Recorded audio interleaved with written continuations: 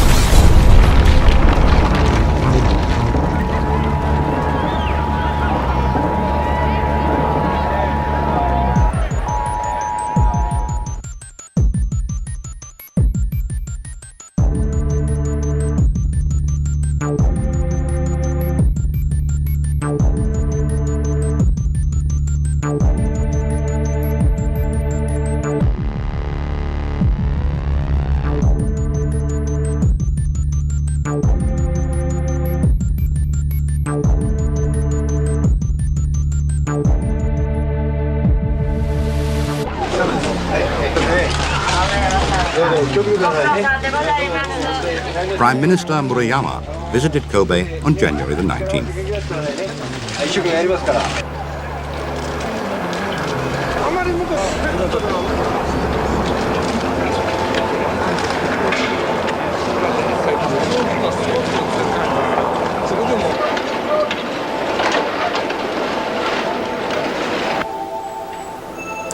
The Emperor and Empress expressed their sympathy with a visit on January the 31st.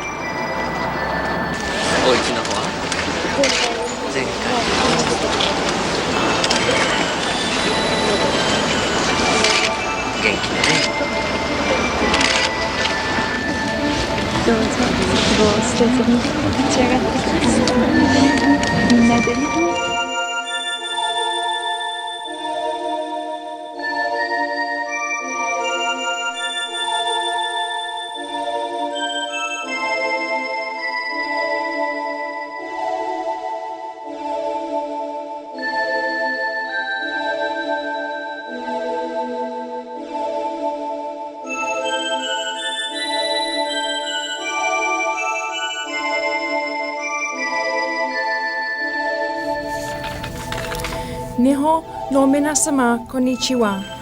Matawai dekte urishku omoimasu. Ladies and gentlemen, I'm very happy that since my last visit, the hospital's links with the United Kingdom, in particular with Great Ormond Street Hospital, have grown even stronger. I was so pleased to hear that this link has led to the launch of Peter Pan's Children's Fund in Japan.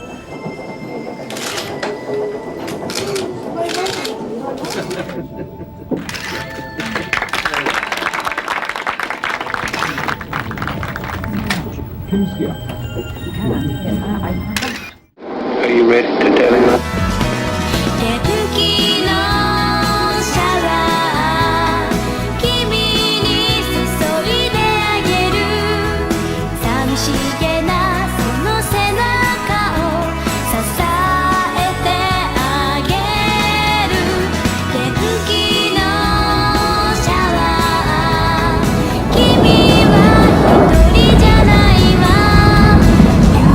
Oh my God.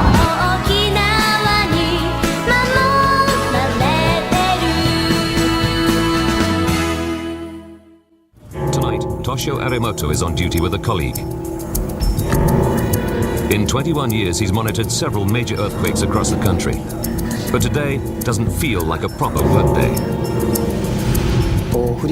Because it was a public holiday, I really felt like it was a day off. And I wasn't expecting anything unusual at all. 6:26 p.m. Their quiet shift is suddenly interrupted. An earth tremor measuring 3.6 on the Richter scale triggers the sensor network. 23 minutes later, ground shaking triggers the sensor network again, but this tremor is smaller still, measuring just 2.5. The sensors reveal that the tremors originate beneath the Akashi Channel, which separates Awaji Island from the mainland. It's 15 kilometers southwest of Kobe.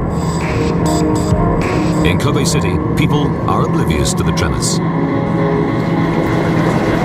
After nearly 5 hours of silence, a fourth tremor shakes the Akashi Channel. On average, there are 5 tremors exceeding magnitude 1.5 in a year. There have now been 4 in just under 5.5 hours. Tuesday, January 17th, 5:45 a.m. Tour bus driver Yoshio Fukumoto is just 15 kilometers from the center of Kobe. Just 3 passengers remain on board. He's on the Hanshin Expressway, a 40-kilometer-long 4-lane elevated freeway that runs right through Kobe. It's designed to be earthquake-proof, but like the rest of the city, it's never been put to the test.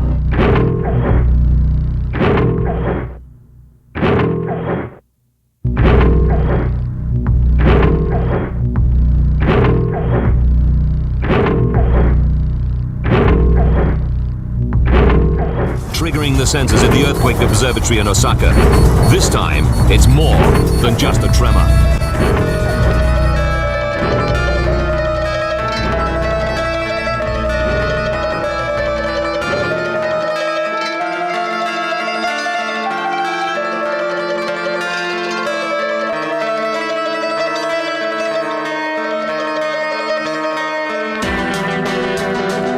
それから震度5が彦根、豊岡、また余震でありましょうか、地震を感じております。また地震を感じております。北斗通信の松岡由紀です。今日は裏技の日ですよね。すっごくお得な裏技ご紹介します。お楽しみに。今強い地震が起こりました。カメラマンが皆さん。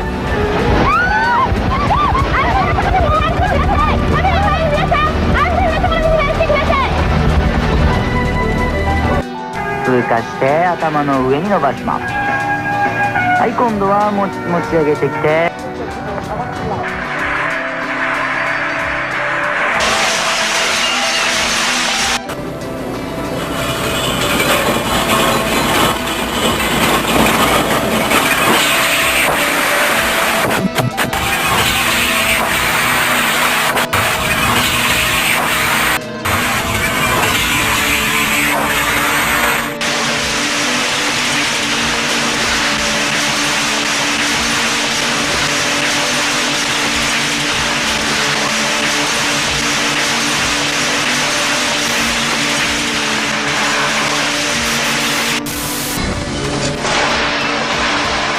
1月17日午前5時46分、強い揺れが近畿地方を襲いました。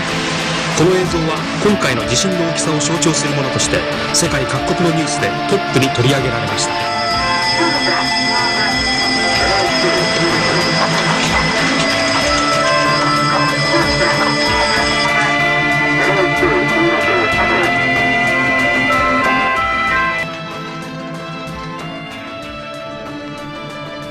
The Great Hanshin earthquake occurred on January 17, 1995 at 5:46:53 JST in the southern part of Hyogo Prefecture, Japan, including the region known as Hanshin.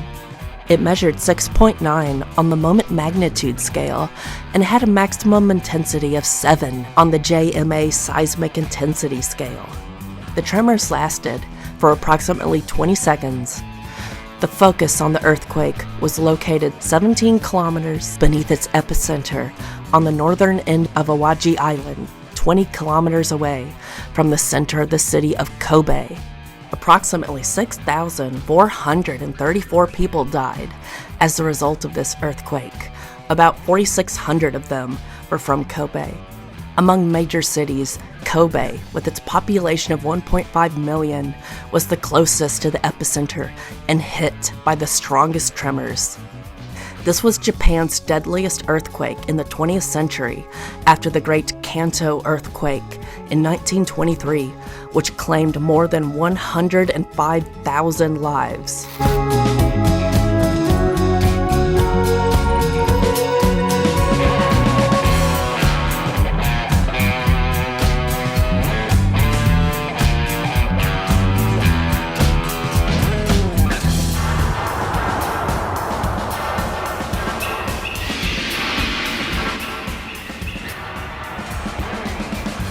Most of the largest earthquakes in Japan are caused by subduction of the Philippine Sea Plate or Pacific Plate, with mechanisms that involve either energy released within the subducting plate or the accumulation and sudden release of stress in the overlying plate. Earthquakes of these types are especially frequent in the coastal regions of northeastern Japan. The Great Hanshin earthquake belonged to a third type, called an inland shallow earthquake. Earthquakes of this type occur along active faults. Even at lower magnitudes, they can be very destructive because they often occur near populated areas and because their hypocenters are located less than 20 kilometers below the surface. The Great Hanshin earthquake began north of the island of Awaji, which lies just south of Kobe. It spread toward the southwest along the Najima Fault on Awaji and toward the northeast along the Suma and Suwayama faults, which run through the center of Kobe. Observations of deformations in these faults suggest that the area was subjected to east-west compression, which is consistent with previously known crustal movements. Like other earthquakes recorded in western Japan between 1891 and 1948, the 1995 earthquake had a strike-slip mechanism that accommodated east-west shortening of the Eurasian plate due to its collision with the Philippine Sea Plate in central Honshu. The 7.3 earthquake struck at 5:46 JST on the morning of January 17, 1995. It lasted for 20 seconds. During this time, the south side of the Nojima Fault moved 1.5 meters to the right and 1.2 meters downwards. There were 4 shocks. It was the first time that an earthquake in Japan was officially measured at a seismic intensity, shindo in Japanese, of the highest level 7 on the scale of Japan Meteorological Agency, JMA. After the earthquakes, seismic intensity observation in Japan was fully mechanized from April 1996, and JMA seismic intensity levels 5 and 6 were each divided into 2 levels from October 1996. An on-the-spot investigation by JMA concluded that tremors by this earthquake were at seismic intensity of level 7 in particular areas in northern Awaji Island, now Awaji City, and in the cities of Kobe, Ashiya, Nishinomiya, and Takarazuka. Tremors were valued at seismic intensity of levels 4 to 6 at observation points in Kansai, Chugoku, Shikoku, and Chubu regions. Damage was widespread and severe. 今朝5時46分頃、近畿を中心に強い地震がありました。神戸で震度6、そして豊岡、京都、彦根で震度5、広い範囲で震度4を記録しています。ご覧いただいておりますのは NHK 大阪。 There's no time to help the people buried in the buildings that collapsed. A family carefully sifted through the ashes of their house. They were searching for fragments of bone, all that was left of those who died there. Oranges, a traditional Japanese gift for the dead, were left to feed the souls of the spirits. When you get to this magnitude of the suffering and devastation, it's stunning. It's just stunning. How has this changed your perceptions of what an earthquake like this would be like in an American city? Well, I think, again, as Craig said, it makes me realize how quickly it could happen, how suddenly it could happen, and also how even if we have plans, and even if we have prepared for emergency response, and even if we have mutual aid agreements and all of these things, that a disaster, by definition, is the most overwhelming event that a human area can suffer, and you can't keep up with it. It's so big, and it could be so big, and this is so big that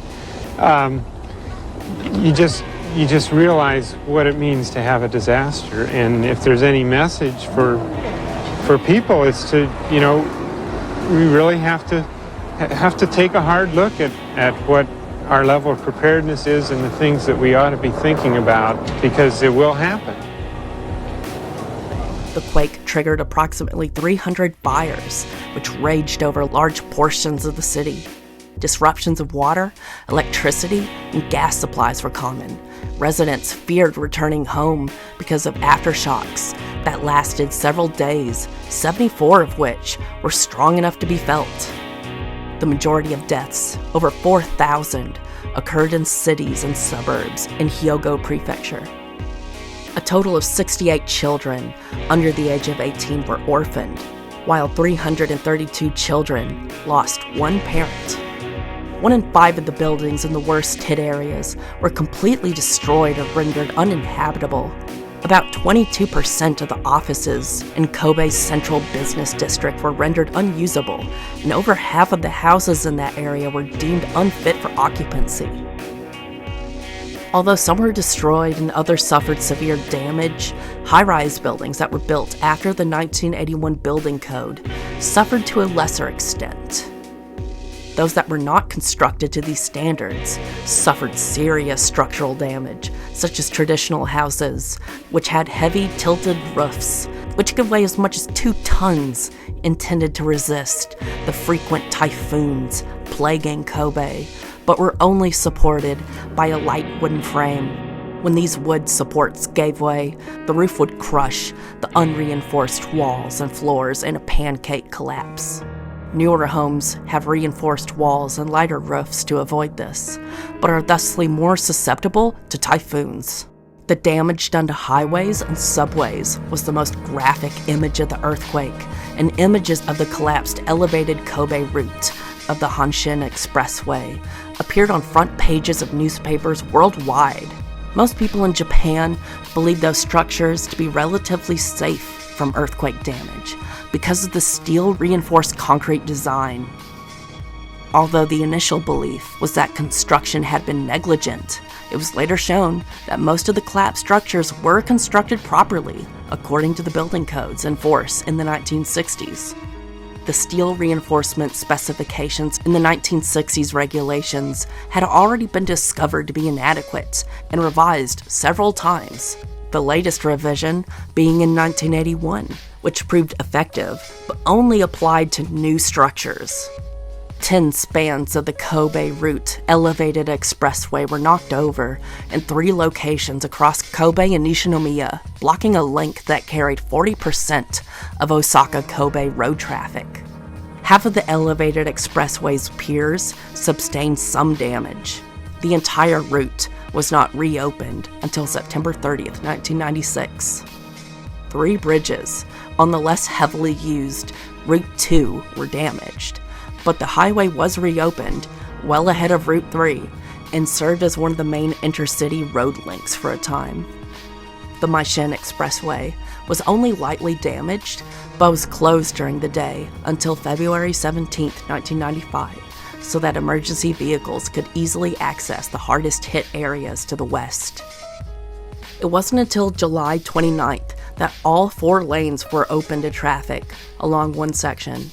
Many surface highways were clogged for some time due to the collapse of higher capacity elevated highways. Most railways in the region were damaged. In the aftermath of the earthquake, only 30% of the Osaka-Kobe railway tracks were operational. Daikai Station on the Kobe Rapid Railway line collapsed, bringing down part of National Route 28 above it. Wooden supports collapsed inside supposedly solid concrete pilings under the tracks of the Shinkansen high-speed rail line. The railways rebounded quickly after the quake, reaching 80% operability in 1 month. The Kobe Municipal Subway resumed operation the day after the earthquake. Outside Japan, the earthquake and disaster are commonly referred to as the Kobe earthquake. In Japan, the earthquake and the disaster caused by it is called the Great Hanshin Awaji Earthquake Disaster, often shortened to the Great Hanshin Earthquake Disaster. In the scientific literature, the earthquake itself is called the 1995 Southern Hyogo Prefecture earthquake, the name given to it by the Japan Meteorological Agency the week after the main shock. The fact that volunteers from all over Japan converged on Kobe to help victims of the quake was an important event in the history of volunteerism in Japan. The year 1995 is often regarded as a turning point in the emergence of volunteerism as a major form of civic engagement. In December 1995, the government declared January 17th a National Disaster Prevention and Volunteerism Day, and the week from January 15th to 21st, a National Disaster Prevention and Volunteerism Week, to be commemorated with lectures, seminars, and other events designed to encourage voluntary disaster preparedness and relief efforts. The earthquake proved to be a major wake-up call for Japanese disaster prevention authorities. Japan installed rubber blocks under buildings to absorb the shock and rebuilt buildings further apart to prevent collateral damage. The national government changed its disaster response policies in the wake of the earthquake, and its response to the 2004 Chuetsu earthquake was significantly faster and more effective. The ground self-defense forces were given automatic authority to respond to earthquakes over a certain magnitude, which allowed them to deploy to the Niigata region within minutes. Control over fire response was likewise handed over from local fire departments to a central command base in Tokyo and Kyoto. In response to the widespread damage to transportation infrastructure and the resulting effect on emergency response times in the disaster area, the Ministry of Land, Infrastructure, and Transport began designating special disaster prevention routes and reinforcing the roads and surrounding buildings to keep them as intact as possible in the event of another earthquake. Hyogo's prefectural government invested millions of yen in the following years to build earthquake-proof shelters and supplies in public parks. Wow, a government that actually cares about their citizens' well-being? How novel! I think that's a better system. I think we should adopt it.